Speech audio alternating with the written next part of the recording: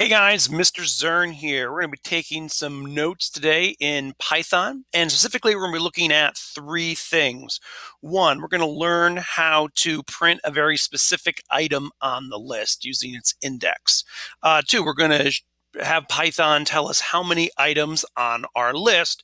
And three, we're going to learn how to delete items off of our list. So previously, we'd been, adding them using the append command, and here we're going to be deleting some. So let's just start with some real simple review, and let me just create a list. All right, so instead of, for this example here, instead of just having the user input a bunch of items on the list, I'm just going to, create my list. So right there, that's an empty list, but I'm just going to add some things inside just to make my life a little easier here and kind of streamline the process. So we're going to just, put some alphabetic letters here. Got a whole bunch of strings.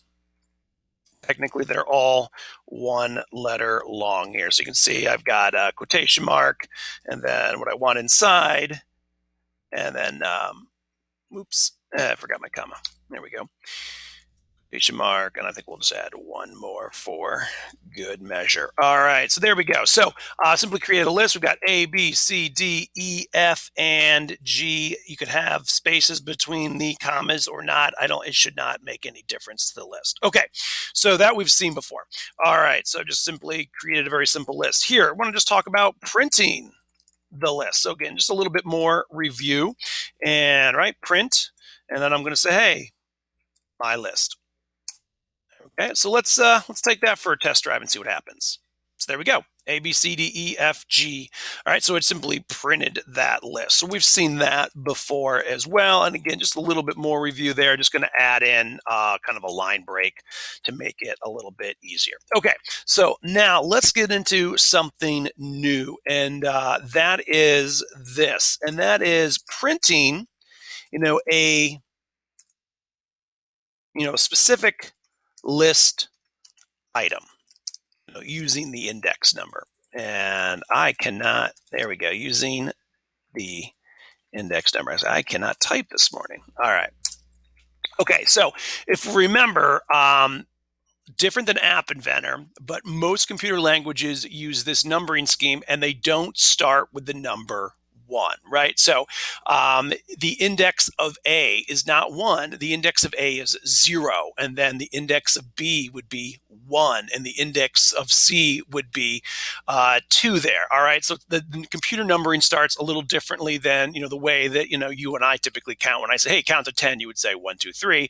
If I told a computer to count to 10, it would go 0, 1, 2, 3, 4, 5, 6, 7, 8, 9, and it would stop there because it ticked off 10 digits. Kind of maybe a story to help you remember that. When Apple was first being founded, Ron Wayne, kind of one of the principal investors, they were sort of doing, employee number.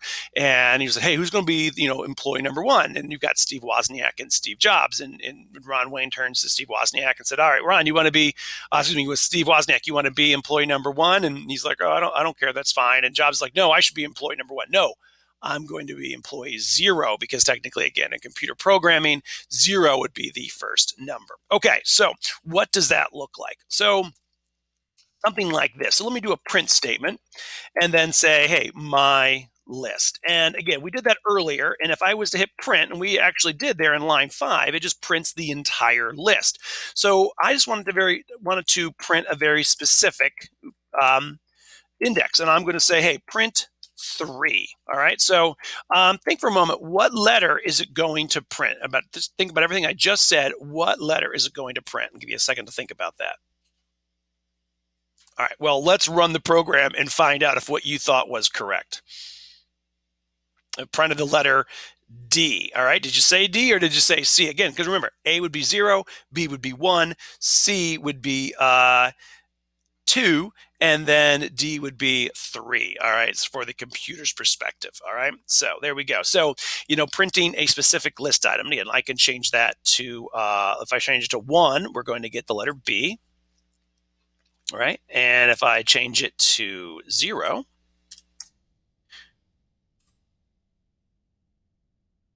we're going to get the letter A.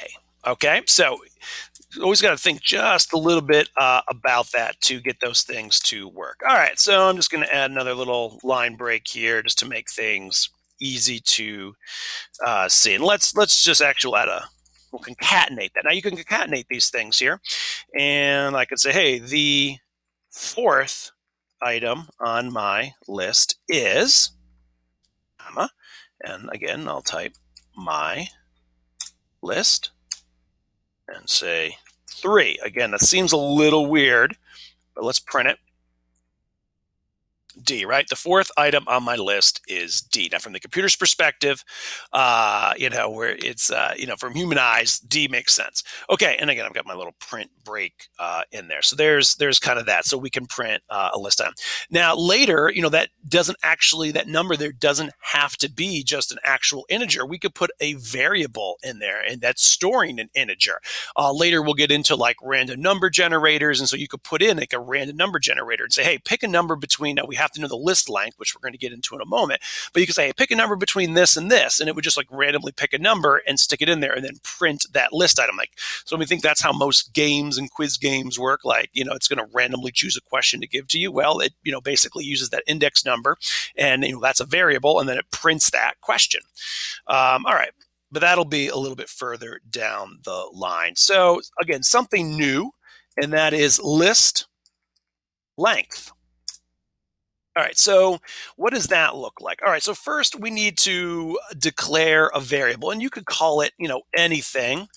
I'm going to call it length, just to kind of help me remember what it is. And if we get into more advanced programs, you might have,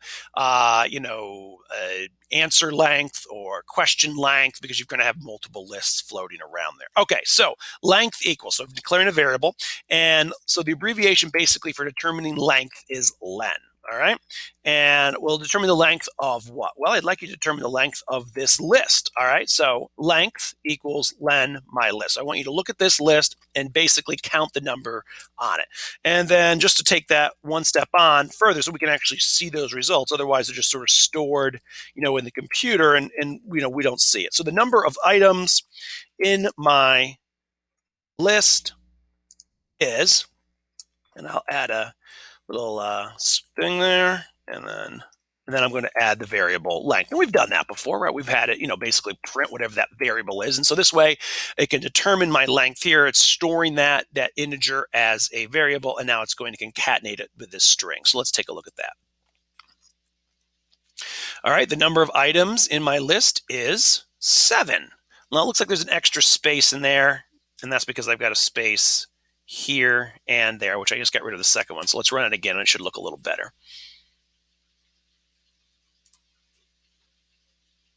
I think so. I think it looks better. A little hard to tell. I'm going to get rid of it one more time. Is that going to make it look better? Yeah, there we go. That looks better. Okay, so there we go. So basically, I can kind of declare a variable that's going to count up the number of items in my list, and then I just printed it so we could actually kind of see that results. All right, so let's, again, I'm just going to add a simple little line break here just so we can kind of see what's going on. Okay.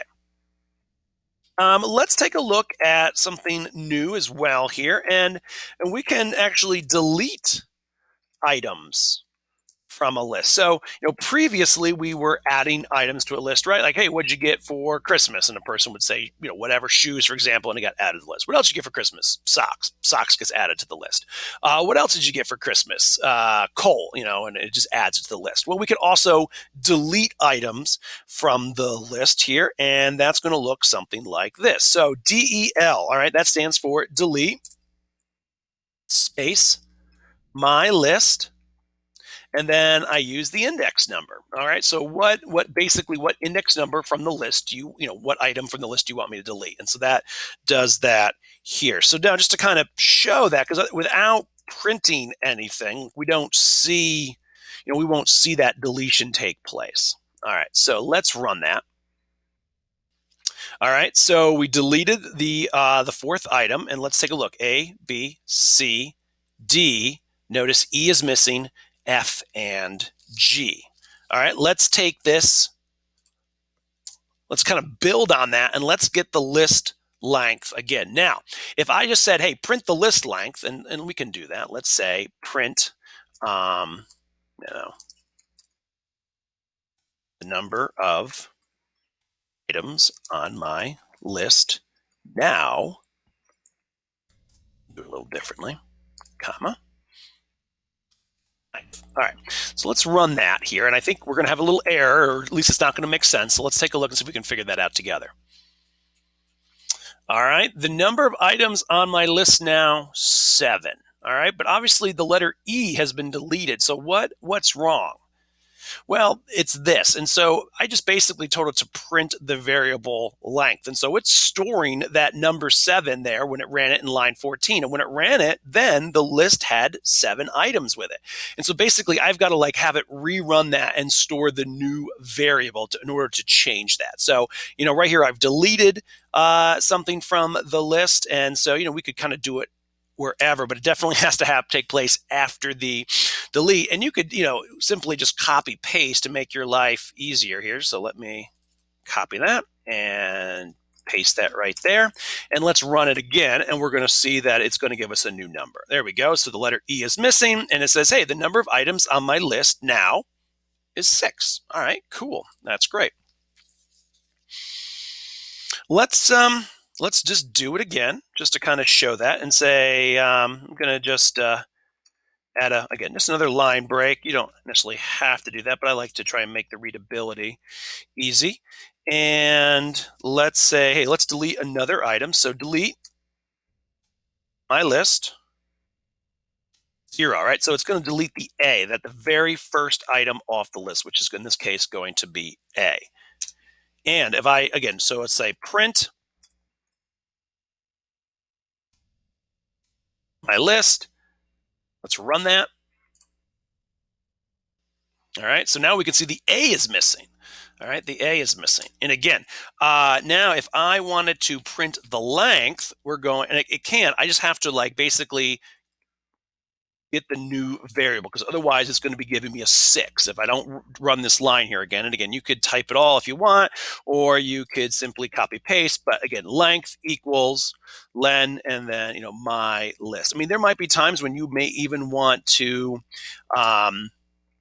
use a different variable name there for the length. Maybe you'd want to store what the original length was. And then, as you go through, so you can say, hey, what was the original length of the list? Well, there were 7 items. And now what is it now? Well, there's, it's 5. So how many items did we delete from the list? You could have the program do some math there. So you don't necessarily have to use the same variable name there. I mean, for what I'm doing right now, that works just fine. Okay, so I've deleted an item. I've got the new list lengths, and now I'm going to print, and so say, hey, now the number of items in my list are, and then let's say length.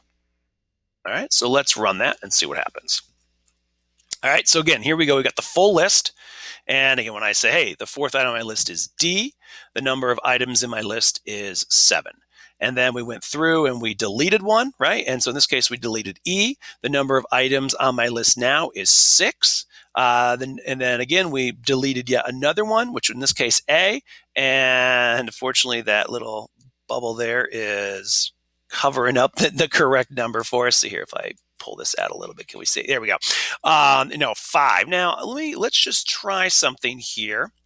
And let's have it print a very specific list item. And so here we had it print, that 3rd item. So let's run that again right here. So we're using the same index number, but we probably should get a different answer here.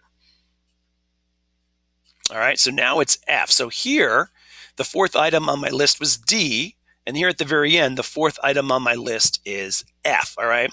And because, again, when it's counting, because now it's like 0, 1, 2, 3, all right? And so F becomes it. All right, here it's, 0, 1, 2, 3. And so as items are deleted off the list, obviously that answer there is going to change. Now, if all the items deleted from the list were after the number, the 3rd index, the index of 3, we wouldn't see that change take place.